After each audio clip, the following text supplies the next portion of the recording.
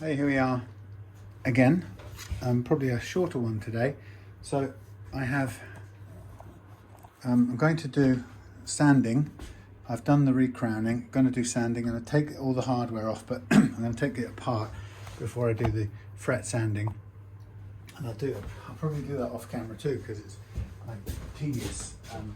But I'll sand out the whole darned set of frets. So we'll just take this off here.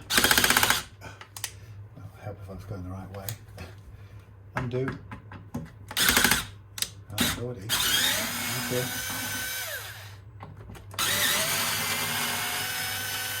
So today's shift is only a smallish one, because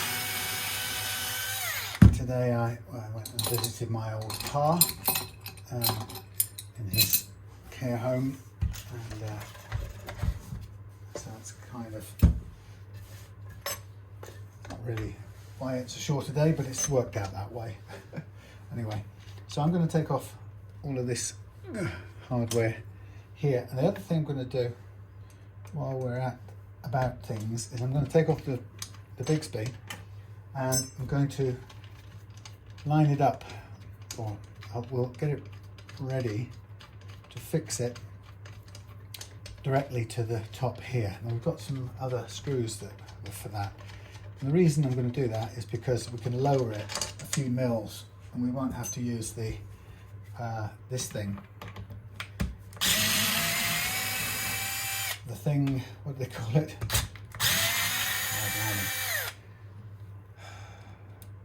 Vibramate. That's what we won't have to use. So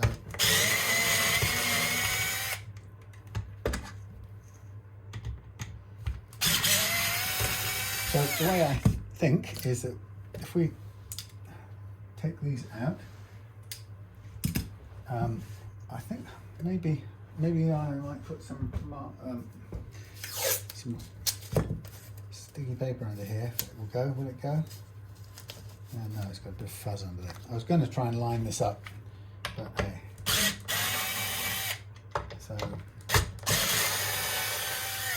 So the idea would be, normally, you would put the Bigsby there and it would fit there.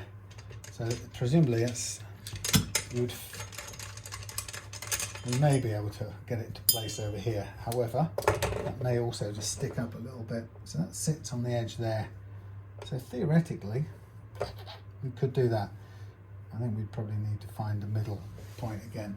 So this would sit on the edge, and there are some, where have they gone? There are some soft pads here that came off the Bigsby originally, so we could stick those back on. Yes, I think I know where they came from. Just guessing. If we put these back on, then we should be able to judge how this goes back. So yeah, I think we can aim to stick that. Now that drops down about 2 millimeters, and once that's firmly in place, that should be about right. So yeah, it gives us a pretty straight lower start for the strings, so that should be no problem at all. We potentially could remove these, but actually I'm not really sure that we would even have to. If we wanted to, I could put a couple of extra bits of different padding on. In fact, I might use some different padding altogether rather than felt. I've got some stuff. Here it is, 3M. It's a sort of, what is it, rubbery stuff. So we'd have one there. Cut these down smaller. That would be the idea. So we've got some new bits. Let's find a pen. Can't find one. Right. That's probably the worst worst pen to try and do this with. So we've got, where do we have it? We have one, I think we need, it's going to sit on there. I think we're going to need 4 in total. 3 small ones and a larger one. But a larger one probably could do with being trimmed down a bit too. Yeah, so really just a relatively light workshop session today. So I'm going to polish the frets out. I've taken care of the fret edges a little bit, so when we come to sand everything out, I'll be able to sand the fret ends as well, get them softened out. So we'll end up with all the frets nicely done. So there's our first spongy bit. Oh, I see, okay. Did that go through? Yeah, it must have gone through. Oh well, we'll just go directly through that. So this is a bit wasteful here, these cutting out these 4 little circles, especially because they don't actually want to do it. I could probably be better off cutting squares instead of circles. God, that's a bit messy. Come back. Come back. So we want one on there, one on there. Don't know how many I've done. One there. I mean, it could even be a strip. I'm making my life harder. Let's take a strip on this one. Blimey.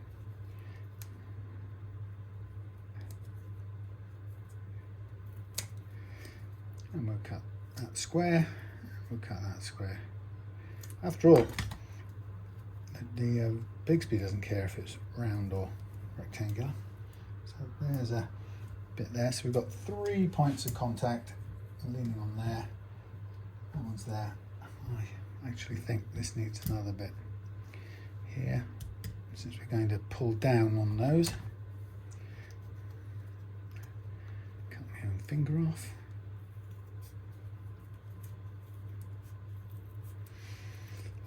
Yeah, you can tell I'm mighty conversational today. Not. So my plan will be to polish out the frets tonight, strip everything off here, mark up, and probably I probably want to,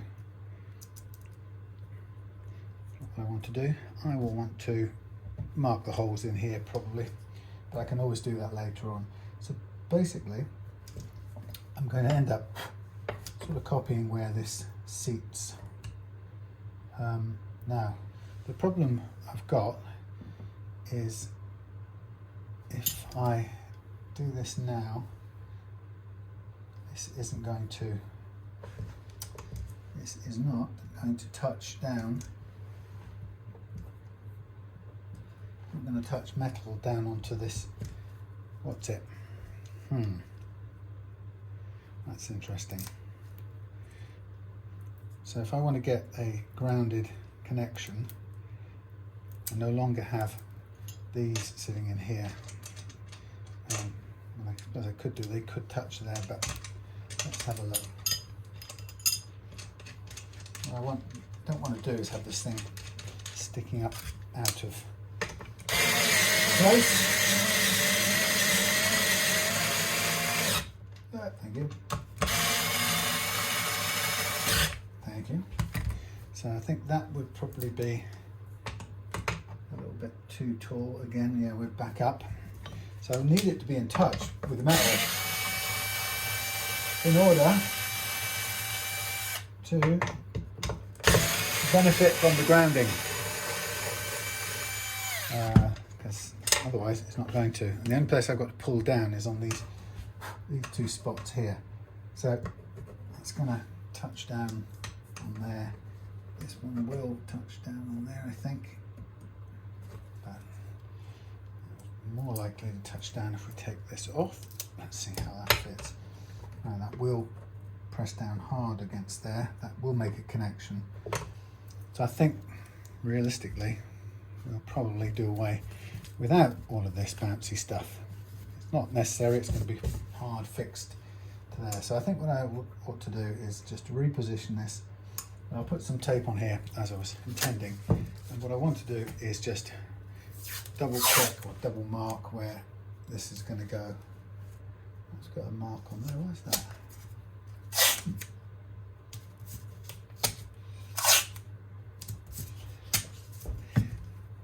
Right, so we'll start with that. That's our original thing, sitting on there like that. Then this sat here like so. So actually, I think the real sort of way forward for this is to mark this as we stand, because this is the perfect alignment, as good as we're going to get. So there's one, there's two, there's three, there's four. So I'll mark these up. 2, 3, 4. Now I'm going to have a quick look at there, see where it leaves us. Dead centre. A little bit forward of the post, but that's fine. That's absolutely fine. There to there, there to there, there to there. Okay. So I want to pull that right down, and I want it to be touching the post. That should be all right. So I have got some screws here for that purpose, or 4 of them. Oh, that's great.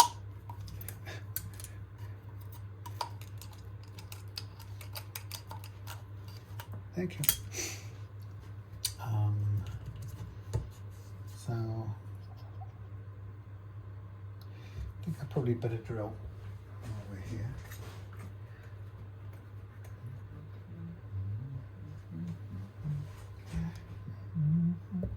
Solid, solid, solid. Okay. Can't reach that very well with the pillar drill. So we just have to go with this. So first off, I shall use this to give me a chance. Just get a mark on here a little bit better. There's my, there we are.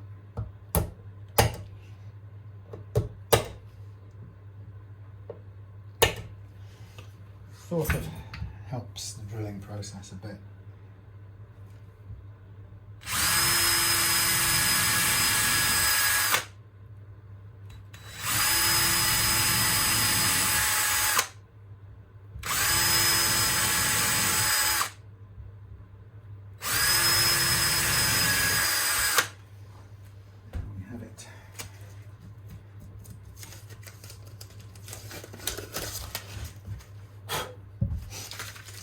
See how this works out.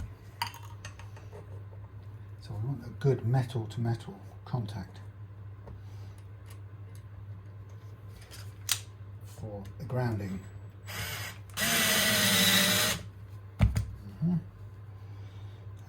All good, slightly off on this far back one, but we'll make it work.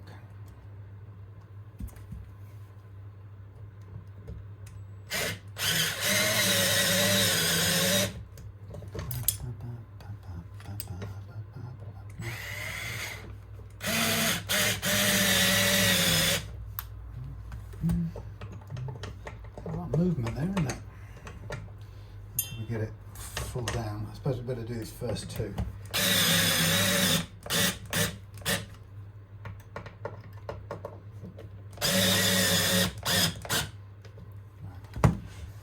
Looking at this, looking at that, touching onto the thing. That's fine, that's fine. Wow. Do you know what? That is not even particularly even. That's amazing. How weird. Maybe it's a bit of twist that comes into it. Now this one has.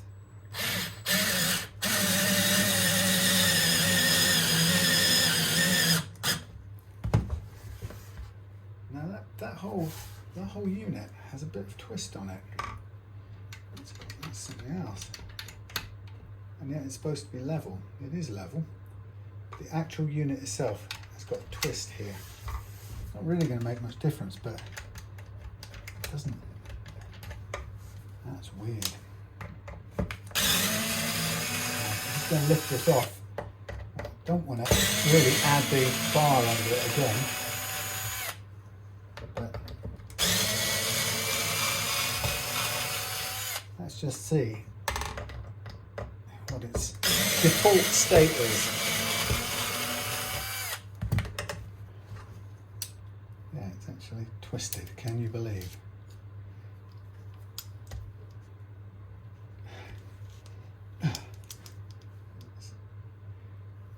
First of all, that's twisted. One of these posts are twisted. That's not so important. But this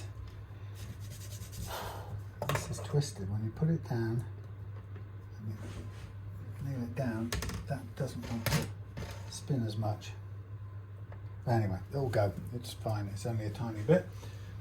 Not the end of the world. That goes over there. So that's to get rid of all of this, because we won't now I'm going to use any. So that little bit done. Lower, sitting lower, so that should be fine. So body ready for finishing touches. Now finishing is going to go over all of this tape in here, but really all we want for finishing to go, we don't want finishing to go in there. All we want to go in there is eventually shielding stuff. But for now, this is sort of ready to be finished, worked on. So I would take off any, actually I won't take off anything. This I can actually no, so I'm going to do this, I'm going to do this body bit in a moment. But first I'm going to just take off all these tuners and make the neck naked. And then we'll have that ready to prep for steaming.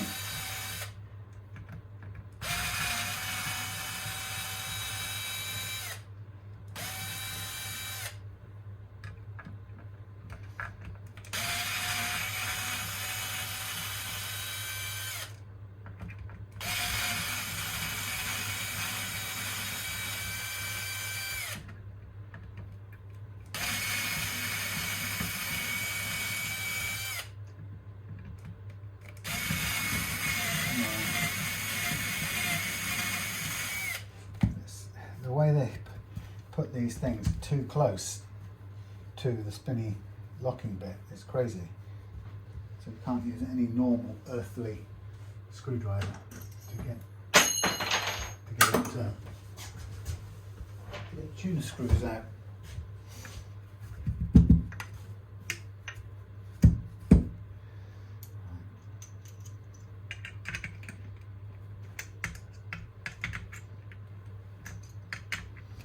So we're stripping everything off except the bridge posts and the stop bar posts, which technically we don't need to leave on the stop bar post, but actually we do if we want a bit of bridge grounding, because otherwise we can't get any, because there isn't any on the bridge studs, which is another, I think another hint that this wasn't made with a Bigsby in mind. No big deal. I mean, if things get bad, you can always force a connection, and in fact these can be pulled out again as long as they're not resined in, and that gets a bit more difficult, but as they currently are, they can be pulled out.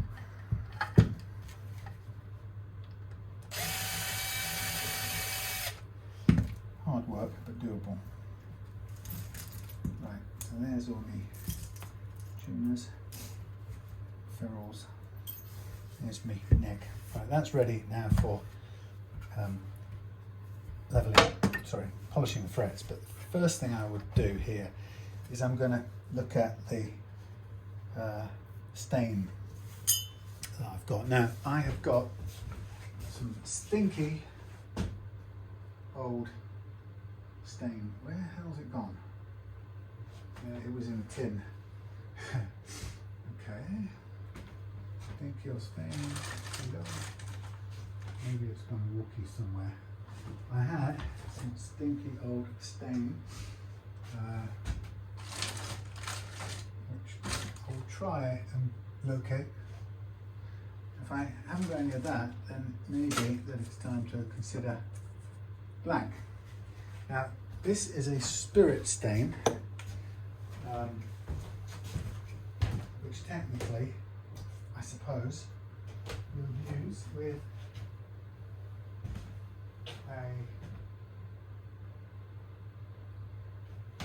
other kinds of finishes, from maybe nitrocellulose. I'm not sure whether it's not actually usable. So we've got either a black stain here.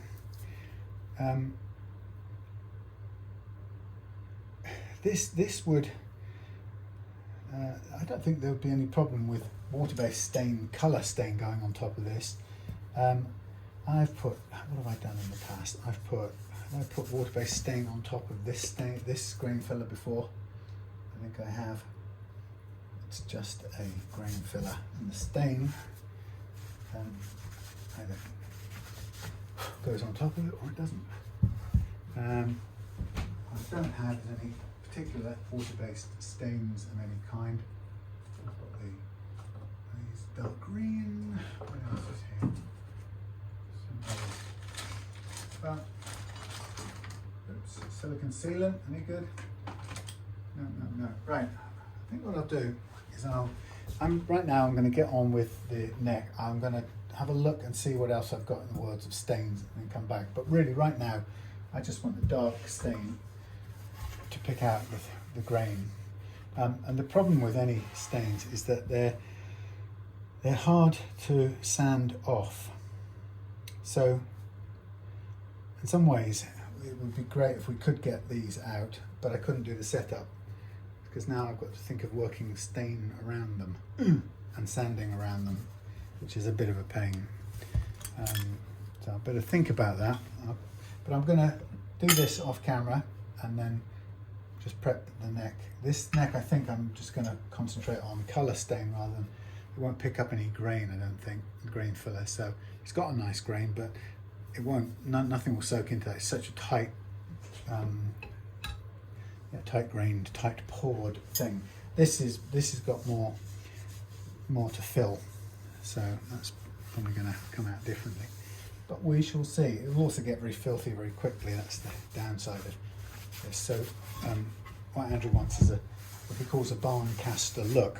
The downside of a barncaster look, well, quite often the barncaster look is an ash finish.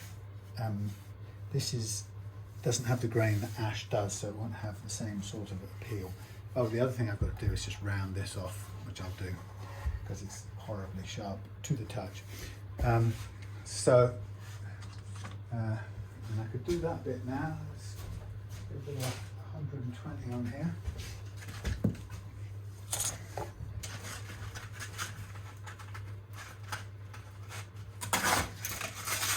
This is best done by hand, this particular rounding. I've ordered a load more of this stuff. I'm pretty low now. I've run out of the meaty ones like the 80 grit particularly. So I'm just using this to round this off.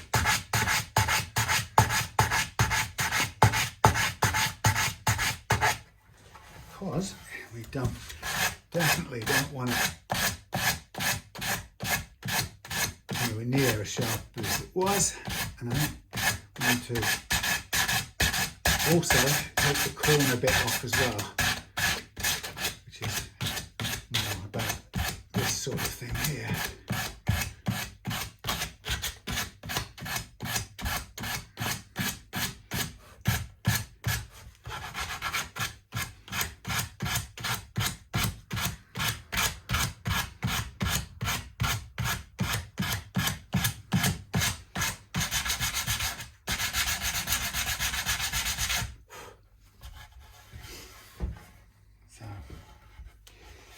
I haven't got that much leeway to sort of carve this right off because it still needs to be flat up here next to the plate, which goes to about there, as you can see. So, you know, it's just want to take it down somewhat.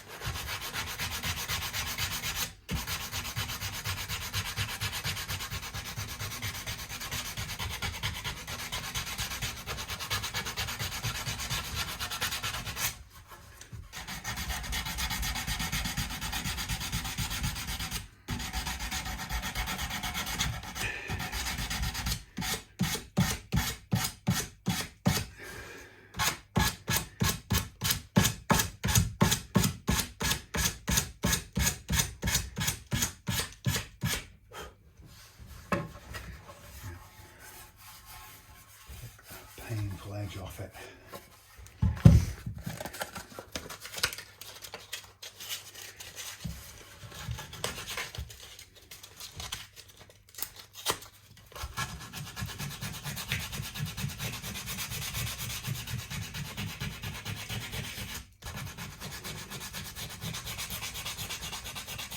I'm trying to think what and I've used grain filler before. This stuff in the tin, it's very stinky, and it's you basically dilute it or thin it with thinners, so it's not a water-based stain, but it can perfectly well form a base underneath something like true oil. There's no reason why it shouldn't.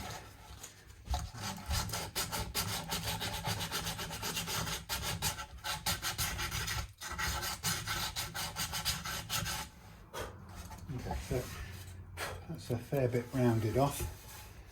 I'm going to light a bit. Anything lighter than that? The last bit of my 180 that should do.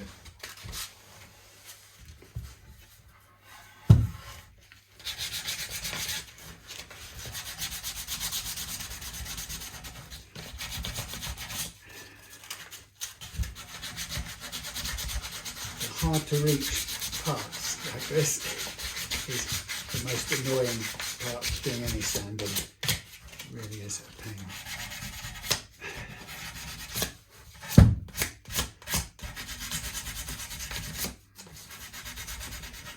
So yeah, I'm not sure how barncastery this is going to be, but on the other hand, you know, if it doesn't feel right, then we can always get the sander out on it. The extra double-deckery bit does make that a little bit harder to do, but I guess my thing would be to ladle on some finish. Now I suppose I could start on the back. That probably makes sense. I'll start on the back because it gives me a flat surface that's much more possible to undo if I don't like it. And like I say, the problem with this kind of thinner, this kind of thing is that it's a difficult one. It's a brown, it's a dark brown, which is quite a nice dark finish. We've got the stain here, the black stain, which might not be enough to do the whole thing with. But in a sense, we've got a couple of choices. We could either try with the familiar brown filler, which I've used before, or we could opt for the liquid one.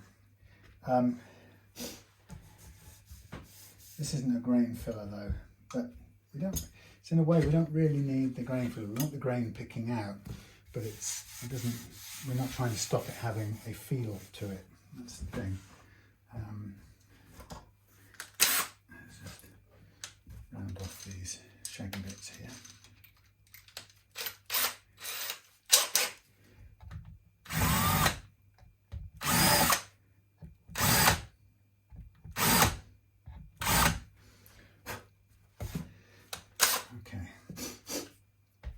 So, what do we think? I'm always nervous about this grain filler because it's so stinky. What do we know about this suppose let's have a cloth. Let's see what this black stain looks like, because we know we're not we're not aiming to fill any grain. We just want to pick it out, what's there.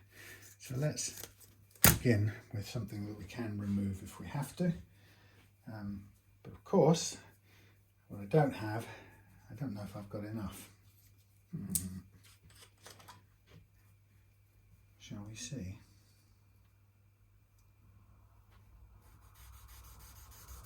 Wow. Would you look at that?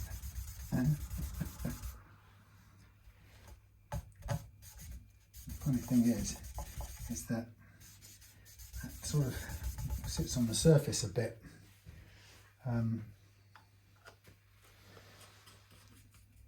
Might not be so good as a filler. Because really you'd want that to go into the grain bit, soak in. The alternative with using this is it can get it liquider.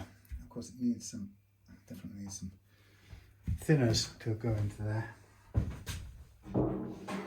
Which we can get now. It dries out over time. It'll take a while to goo. So that's probably a bit of stand back and stir.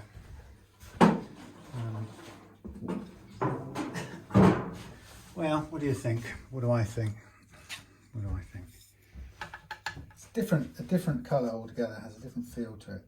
I'm saying this stuff will take a while to soften up and thin out, but it's once it's thin enough, you can really use it quite easily.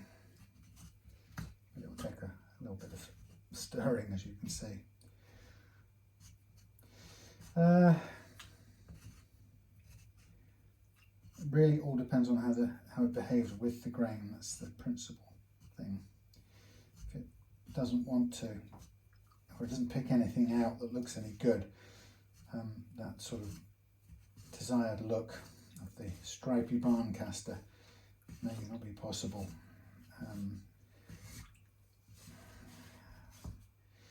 Hey, we shall see. So, a very large lump of brown goo here. We'll get it going. Nearly. Try a little mixer thing, that would be good.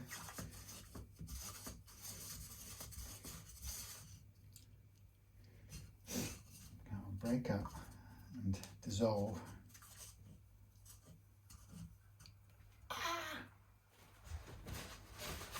Well, as I say, it doesn't have to have a particular thickness. So I think what I'll do is I'll keep on stirring that, and then when this is dried off a bit, I'll come back and sand this and see what we get left with. Meantime, I will get on with the sanding out of the frets so we can know that that's done. I always get filthy if I use any kind of filler, so we shall expect that. Right, I'm going to listen to the radio. See you in a minute. Oh, yeah, I jumped ahead a bit. I've loaded on a load of black dye. Now, the reason I've gone for this dye, to begin with, a stain I should say, is because the brown stuff was actually, didn't penetrate very far. It was a little bit wimpy for this grain. And so by the time you started sanding it back out, you kind of in danger of ending up with nothing. So this, I'm trying to get this to go in a bit further. And of course, most of this colour will come off, almost all of it will come off. But we should be left with as much or as little kind of discolouring or dark, whatever, as we want. So that's the plan. And I like this spirit-based stuff. It seems to go on really well. Kind of one small bottle has sort of stood up to the whole application so far, so it's not bad going. of course it's mostly over my fingers now, and I'm nearly at the end of it. And I will really only have one go at this. I mean, you can sand it all the way back, start again, but this will be a challenge now, or the task will be to sand this back and end up with a finish that we can work with.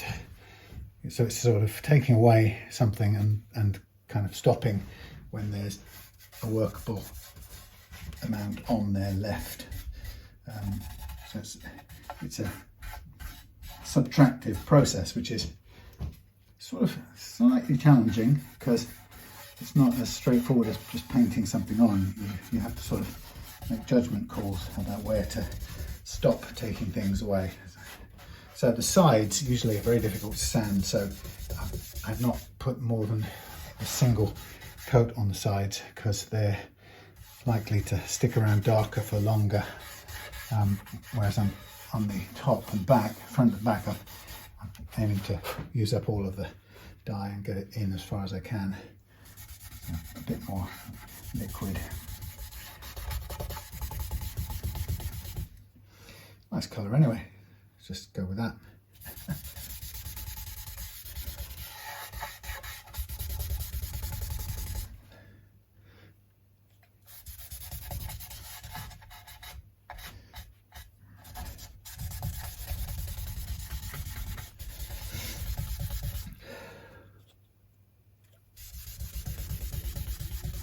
Tummy's rumbling, time to go home and get that pizza that's in the freezer with my name on it. Okay, so I'm going to leave this over at night because I'm going to need a lot of flat sanding, or sorry, oscillating sander work to get this done, and I won't be able to really do that until the extra sandpaper comes. That should be delivered tomorrow, so I shall give myself a treat of a weekend of sanding this back.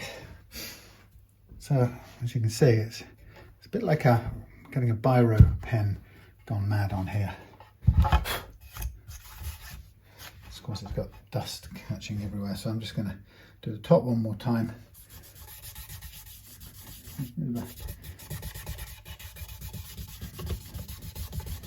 Yeah, I mean, obviously the difficulty will be getting the sander into the crevices, but the idea then is if we sort of avoid that a bit in the sanding process, they'll stay naturally darker.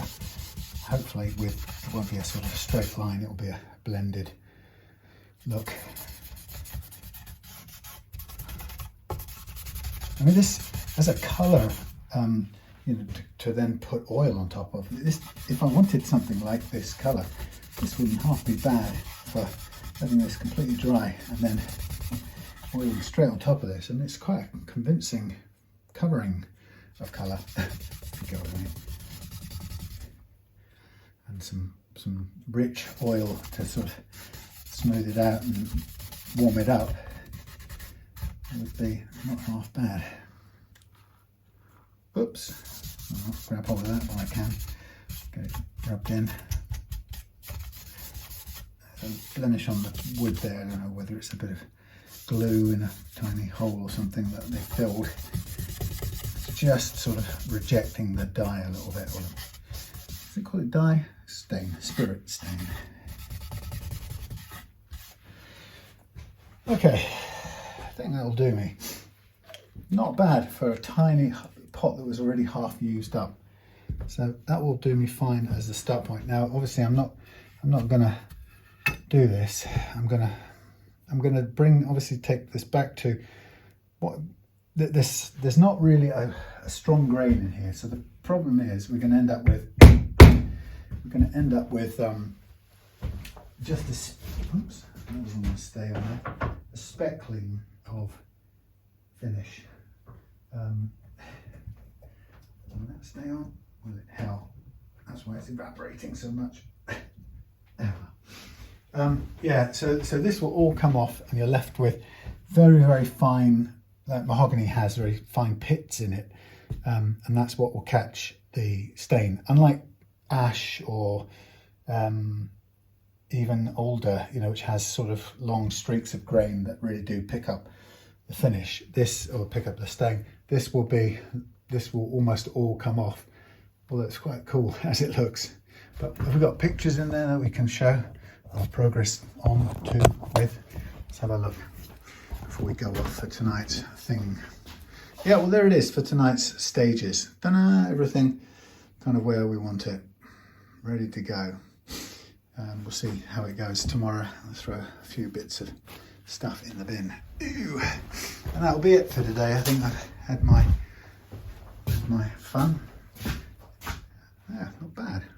Yeah, you could put a finish on top of that, get oil on top of that, and it would be pretty good. But the idea would be strip it back so it comes out with a very fine speckling, almost wood coloured, and then we'll add some different browns. We'll go from rosewood dye, we'll do some amber to darken it around the edges, rosewood, a bit watered down around the edges. So we'll end up having a lot of colour movement in it. This is a very solid, weird looking thing, but I say 95% of this will come off in the sanding.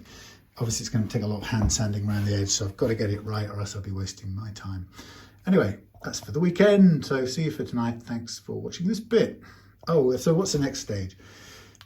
Tomorrow, or whenever it is, tomorrow or the weekend, sandpaper, orbital sander, take it back in strips. We'll probably do this bit by hand, obviously, because of those.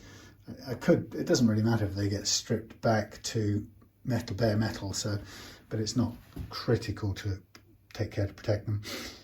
So we'll sand it when the new sandpaper comes in. There'll be a lot of sanding, and then be a case of preparing this. There's a little bit of stainy something on there that doesn't look very pretty, so I'm going to give that a sand through, and this will be hopefully, oh, by the way, that's done. Frets are done, so we'll be ready to start putting stains on to sort of match with this, but it's going to be a bit lighter anyway, get some contrast. But this, obviously, this looks completely wrong. This is going to not look like that when it's done.